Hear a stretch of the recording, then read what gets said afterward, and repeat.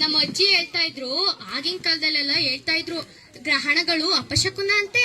ಗ್ರಹಣದ ಸಮಯದಲ್ಲಿ ಊಟ ಮಾಡಬಾರ್ದಂತೆ, ಗರ್ಭಿಣಿ ಹೆಂಗಸರು ಹೊರಗ್ ಬರ್ಬಾರ್ದಂತೆ, ಮತ್ತೆ ದೇವಸ್ಥಾನಗಳೆಲ್ಲ ಮುಚ್ಚಿರ್ಬೇಕಂತೆ. ಇದೆಲ್ಲ ನಿಜಾನ? ಇದರಿಂದ ಏನಾರ ಆಯ್ತದ?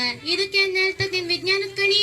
ಗ್ರಹಣವು ಸೂರ್ಯ, ಭೂಮಿ, ಚಂದ್ರನ ಸ್ಥಿತಿಯ ಬದಲಾವಣೆಯಿಂದ ಉಂಟಾಗುವ ನೈಸರ್ಗಿಕ ಘಟನೆ. ಆಹಾರದಲ್ಲಿ ಯಾವುದೇ ಬದಲಾವಣೆಯಾಗುವುದಿಲ್ಲ ಮತ್ತೆ ಹೊರಗೆ ಬರಬಹುದು. ಆದರೆ ನೇರವಾಗಿ ಸೂರ್ಯನತ್ತ ನೋಡುವುದು ಕಣ್ಣುಗಳಿಗೆ ಹಾನಿಕಾರಕ. ಅಷ್ಟೇ ಅಲ್ಲ, ಅದು ಅಪಶಕುನವಲ್ಲ, ಪೂರ್ವ ನಿರ್ಧರಿತ ಖಗೋಳೀಯ ಚಕ್ರದ ಒಂದು ಭಾಗವಾಗಿರುತ್ತೆ ಅಷ್ಟೇ. ಸರಿ ಸರಿ ಯವಿ ಯವಿ ಯವಿ, ಏನ್ ಸಂದಾಗ ಹೇಳ್ದೆ ಯವಿ. ಇರು ಇರು, ಇದೇ ಖುಷಿಗೆ ನಿಂಗೆ ದವಸ ಧಾನ್ಯ ಕೊಡ್ತೀನಿ.